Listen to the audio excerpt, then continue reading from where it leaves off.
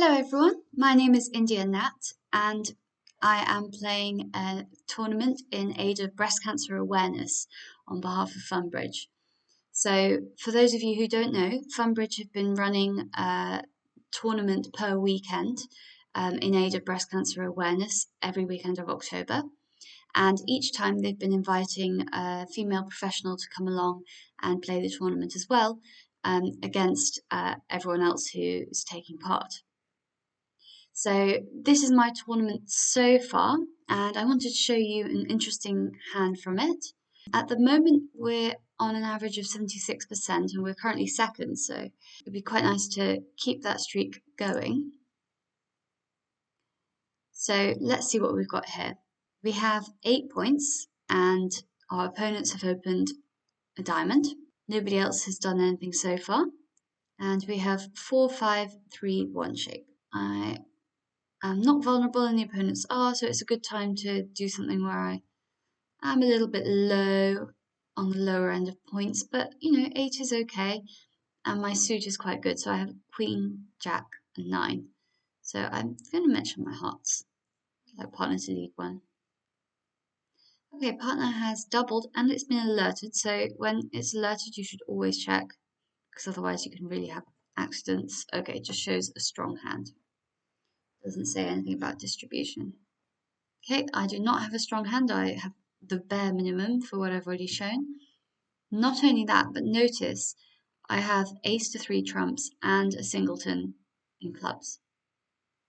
So if I lead my singleton, say they play the diamonds, and my partner doesn't have the ace, I've still got another chance if my partner has a different entry, because I can win the ace of trumps later and potentially get to my partner's hand for a ruff. So this is a really good hand for defending. I'd be quite happy to pass now. Okay, my partner has decided that he does not want to defend 3 diamonds, and we are going to be playing a hand. Okay, 3 hearts it is.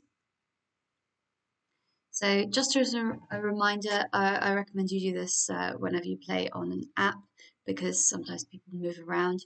Right-hand opponent is the one who opened the bidding. Left-hand opponent is the one who bid 2 diamonds. So just a small raise, simple raise to 2 diamonds, showing a weak hand. And righty competers, so they're probably quite unbalanced. And Jack of diamonds is led. Okay, let's count our tricks. I see why my partner likes their hand so much.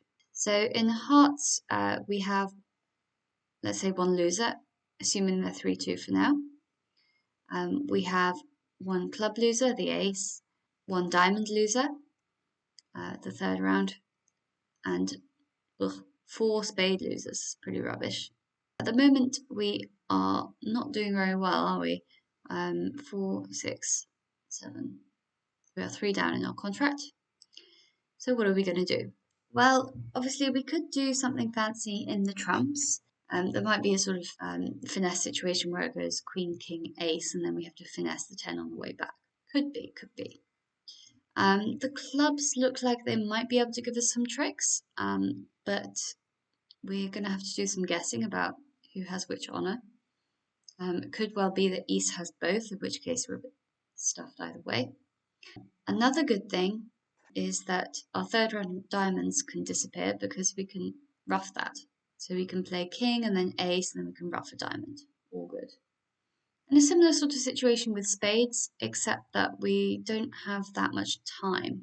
When we play a spade, we have to lose the trick. They win. They play a trump. Not good. We win, we play a spade, and now they can draw our trumps, so that's not going to be good. So this is quite interesting actually, because we don't have that many entries to our hand, and if we're going to play clubs to try to discard a spade, then we're going to have to do that from our side, and in that case we're going to have to use our ace of diamonds entry to do that.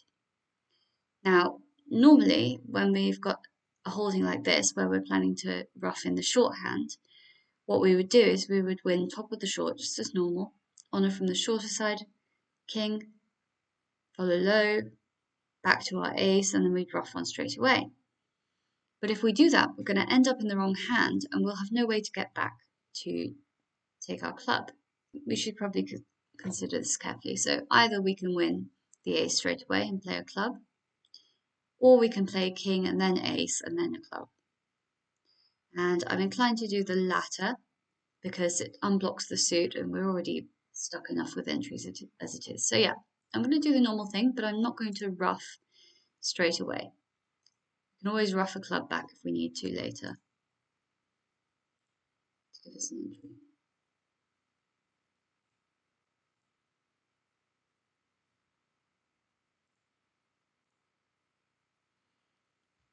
Okay, so at this point, we can see that West has played low.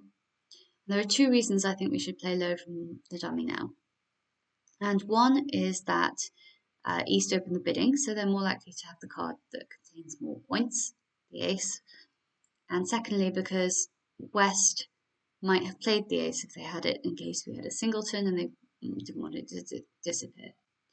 So I'm actually going to play low here. Great, okay. That worked really well. So now we can actually use our king of clubs to throw away one of our spades, which is an improvement. And do you notice that East has switched to the 10 of hearts? So actually now we're in a good position because we can find out the situation in hearts without having to guess. So we can cover, and because we've got our 9, it's still okay. Okay, so we win. And we can't take advantage of it. That's a shame. So now I've got to think about these other spades. So I'm going to ruff a diamond over. And then I'm going to play king of clubs, throwing a spade.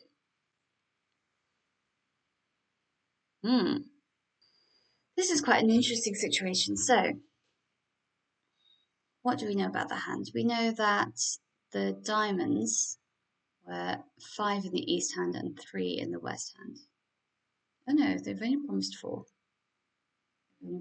So it looks like the diamonds are actually 4-4. We know that the king of hearts is over there. We know that West only had 2 clubs. We know that they didn't have 4 spades because they didn't make a negative double over 1 heart. So that means that East has 4 spades. So 4 spades, 4 diamonds, 4 clubs, and only 1 heart. So the hearts are 4-1. Okay, we know the trumps aren't breaking now. So it's not going to help us to cash another round of trumps because, if we do that, we're not going to be able to throw away our spades anyway. So at the moment, we count our losers. So we're going to have to lose a trump trick. We can make it so we lose a trump trick and 2 spades, and that's it. And if we play a big club and we throw away a spade, then they ruff, and then they get 2 trump tricks. Yeah, so actually, yes. So we've got to lose 3 spade tricks anyway. We always have to go 1 down. 1 down should be okay. We've already done some good things by guessing the clubs, by having a heart switch, by ruffing a diamond the right way. Okay, so I'm going to do that. I'm going to draw trumps. Not a surprise, we knew that the trumps were 4-1.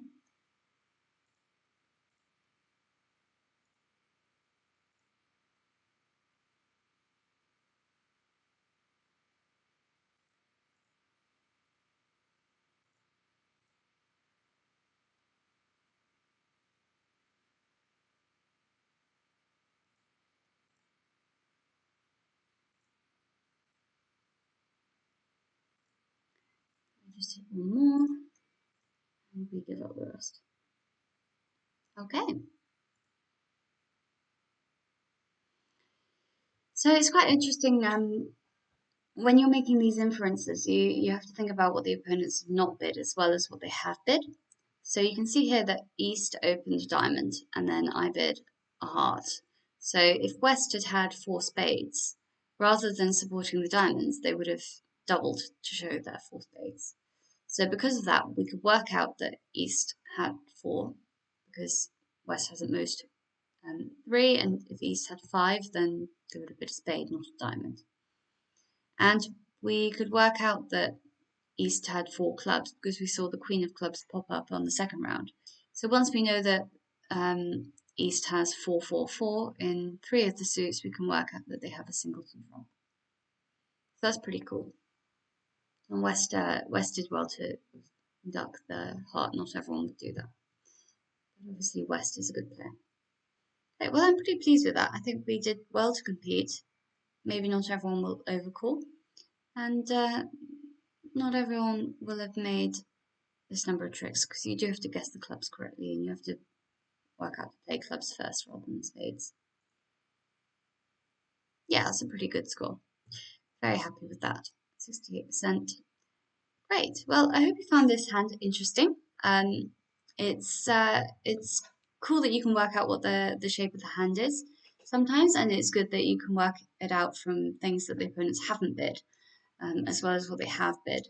So not just thinking, oh, well, they bid diamonds, so they must have diamonds, but thinking, well, what would they have done if they had spades? So that's a good lesson for life. Do that when you can. Spades is a good one to think about as well, because if people have spades, normally they tend to try to mention it. Obviously making the correct guess in clubs, thinking about what West would have done with the ace, and also thinking about who's shown what in the bidding is really, really helpful. So I hope you enjoyed that hand. Thank you very much for watching. Thank you for coming along and supporting the tournament if you played the tournament as well, and donating to this really worthy cause. Take care and goodbye.